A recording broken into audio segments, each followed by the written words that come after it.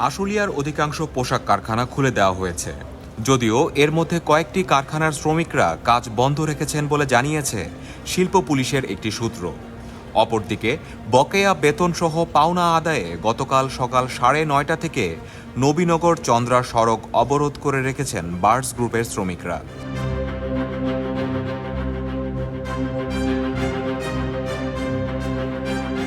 শ্রমিকরা আজও বিক্ষোভ চালিয়ে যাওয়ায় নবীনগর থেকে জিরানী এবং ঢাকা আরিচা মহাসড়কের নবীনগর থেকে বিপিএটিসি পর্যন্ত অন্তত 15 কিলোমিটার যানজট দেখা দিয়েছে। দুই মহাসড়কে অবরোধের কারণে সাভারের প্রায় সবগুলো রাস্তায় যানজট তৈরি হয়েছে। কালকে 8টার দিকে এই জায়গায় বসা ভাই, খাবার দাবারের সমস্যা, আর মনে করেন যে পায়খানা পেট্রোল এগুলার সমস্যা, এরকম মনে করেন যে ছাড়তেছে না, এরকম কোন ছাড়বো না ছাড়বো তাও বলতে পারতেছি। আশুলিয়া থানার ভারপ্রাপ্ত কর্মকর্তা আবু বকর সিদ্দিক দ্য ডেইলি স্টারকে বলেন, বার্ডস গ্রুপের শ্রমিকরা এখনও সড়ক অবরোধ করে রেখেছেন।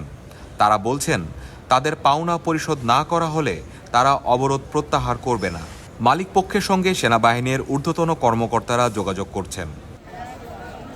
আমার মালিক বলছে যে 1 মাস আগে যে আমাদের পাওনা দিয়ে আমাদের 30 তারিখ মতো বুঝাই দিবে, সেটা আমাদের 1 মাস সময় চাইছে, আমাদের এখন দেওয়া হয় না। আমরা কেন আজকে 1 তারিখ, আমরা কেন আজ রাস্তায় আছি? আমাদের কিন্তু আজকে রাস্তায় থাকার কথা না, আমরা কালকে টাকা নিব।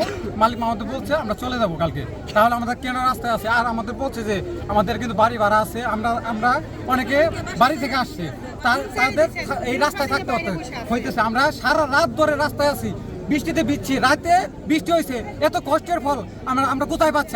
আমাদের প্রশাসন আমাদের আমরা অনেক কষ্ট করতেছি, আমরা ভালো করে অনেক কিছু করলাম, ফ্যাক্টরিতে ডিউটি করলাম, তার জন্য আমাদের বিনিময়ে এই কষ্টটা করা কি উচিত? দিন রাত 24 ঘন্টা আমরা এই দেখেন কত মানুষ রাত বৃষ্টি ধরের মধ্যে বসে কষ্ট করতেছেন। এটা যত দ্রুত পারেন আমাদের সমাধান করে দেন আপনারা।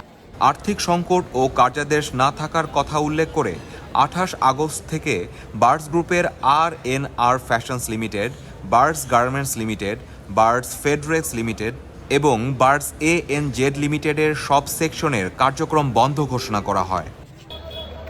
বাংলাদেশ গার্মেন্টস অ্যান্ড সোয়েটার শ্রমিক ট্রেড ইউনিয়ন কেন্দ্রের আইন বিষয়ক সম্পাদক খায়রুল মামুন মিন্টু দ্য ডেইলি স্টারকে বলেন, বার্ডস গ্রুপ তাদের কারখানা বন্ধ ঘোষণার পর বিষয়টি নিয়ে কলকারখানা ও প্রতিষ্ঠান পরিদর্শন অধিদপ্তরে BGMEA শ্রমিক সহ সকল পক্ষের একটি বৈঠক হয়। বৈঠকের সিদ্ধান্ত অনুযায়ী গতকাল গ্রুপটির শ্রমিকদের যাবতীয় আইনগত পাওনা পরিশোধের কথা ছিল, কিন্তু তারা তা করেনি। এ ব্যাপারে কথা বলতে যোগাযোগ করা হয় BGME এর সিনিয়র সহসভাপতি আব্দুল্লাহ হিল রাকিবের সাথে।